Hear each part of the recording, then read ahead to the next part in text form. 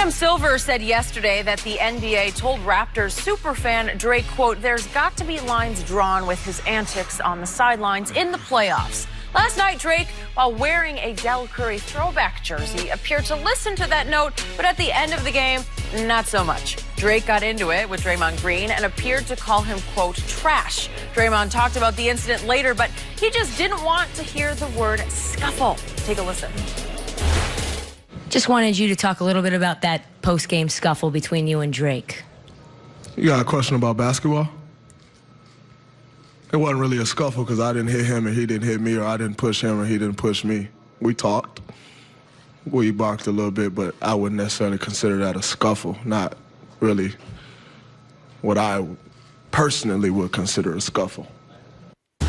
Yikes. Shannon, what did you make of the post-game incident? I wouldn't consider that a scuffle either, Draymond. I love the way Drake behaved throughout the entirety of the game until the very end. Skip, I believe this should be beneath Drake because we keep saying he's a fan. He's also the ambassador. He's also basically an affiliate. He's also personnel of the Raptors. That should be beneath him, Skip, baby. He's not the guy that works 9 to 5 or the female that works 9 to 5 and goes to the game and yell and scream. That's one thing. But a guy worth $150 million carrying on like this, Skip, don't you think that should be beneath Drake? No. It should be. Can you imagine? I couldn't imagine Denzel doing that. Can you imagine Denzel? What about Beyonce? No. Can you imagine that, Skip? I don't think so. I can't. I mean, it should be. And you know, there's a difference. When the teacher calls your parents, that's one thing. When the principal calls, that's something entirely different. See, if someone in the league office would have had a conversation, Drake probably would have brushed that off. But old Adam Silver, who's the best in the biz right now as far as commissionership goes. I give you that. He called him to the office. Said, look here, bro. Yeah. There are lines. Although they're imaginary, you stepping over them. Yeah. Now, I need you to act accordingly or else. Or else. What is or else? He don't want to find out. What? I'm going to send you to jail? What are you going to do? Don't worry about it. Don't worry Come about it. on. All that's unnecessary, Skip. You don't need to fight. See, your head was hard as a little boy. I can tell right now. See, your parents tell you something and you just got to go, oh, what you going to do, Mom? What you gonna I do? had no rules. Yeah. That was the problem. I know. Now, see, now I got to put some rules down on you. Yeah. But hold on. I remember probably like a week ago, I thought Draymond said he wasn't paying Drake no mind. He said that. He said, thank you for pointing that out. He said Drake can't shoot no shots. Yeah. He can't make any passes. He said I'm that. not worried about Drake. Aha. And come to find out, walking off the court, he in Drake's face. Interesting. So, but I love the way he behaved. But let me tell you what's going to happen, Skip. I believe he might ratchet it up a little bit because game 2, they already got one game in pocket. So Drake, just remember what the commissioner said. We have lines, we have boundaries, and we need you to operate inside those boundaries, Skip Bayless. There's behavior, there's protocol that must be adhered to at all costs. The world is watching, Drake. Behave. He knows it. Okay, first things first. Let's go to the end.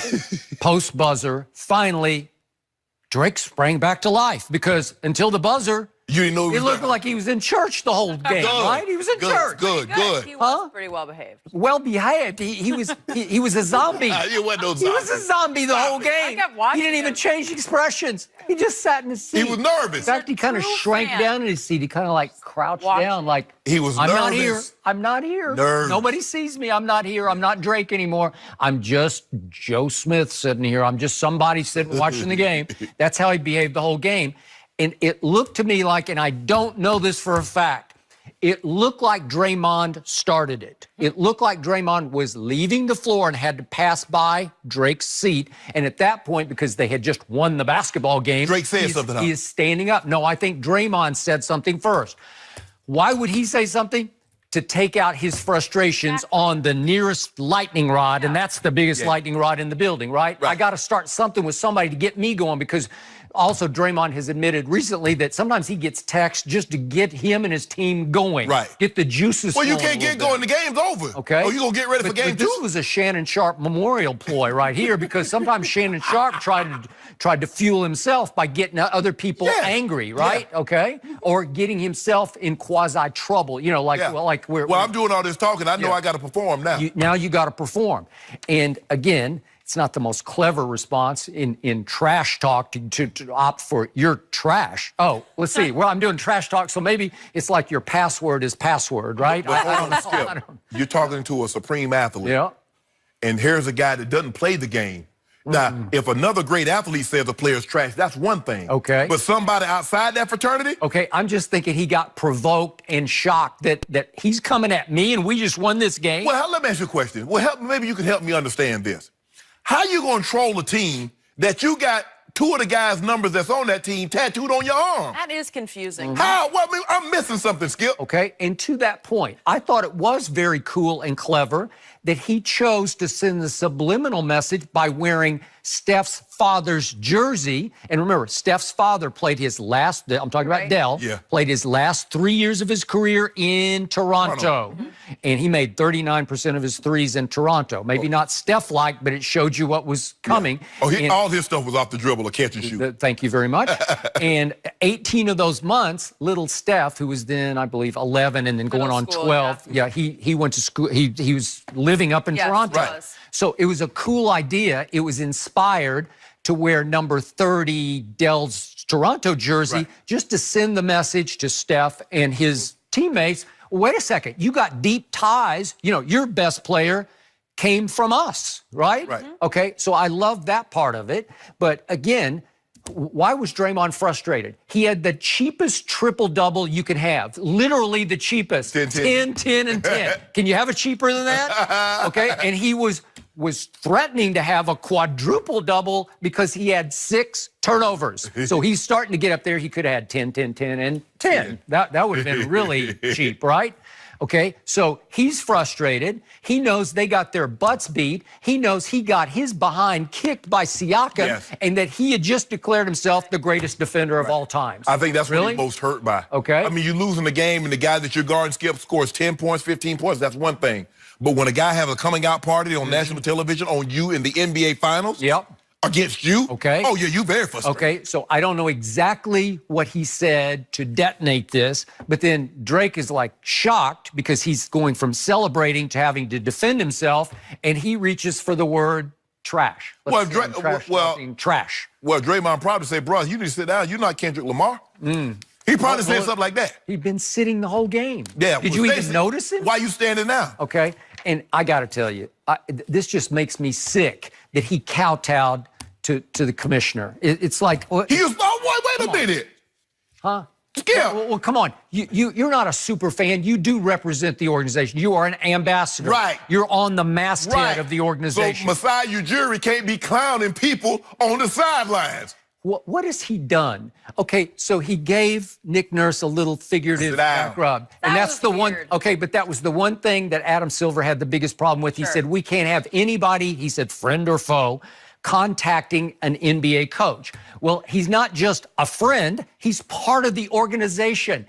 And he's also one of the top entertainers in the world. Well, let him in the world. But not at a basketball game. Okay, well, he is. And he represents, he's the spirit of the Raptors is embodied in this man. I get all of that, Skip, and he's a super fan, but okay. I want to see him up. No, I want to see him alive. No, I want to see him down. I want to see him trash talking. I want to see him distracting everybody on the other team. Commissioner spoken.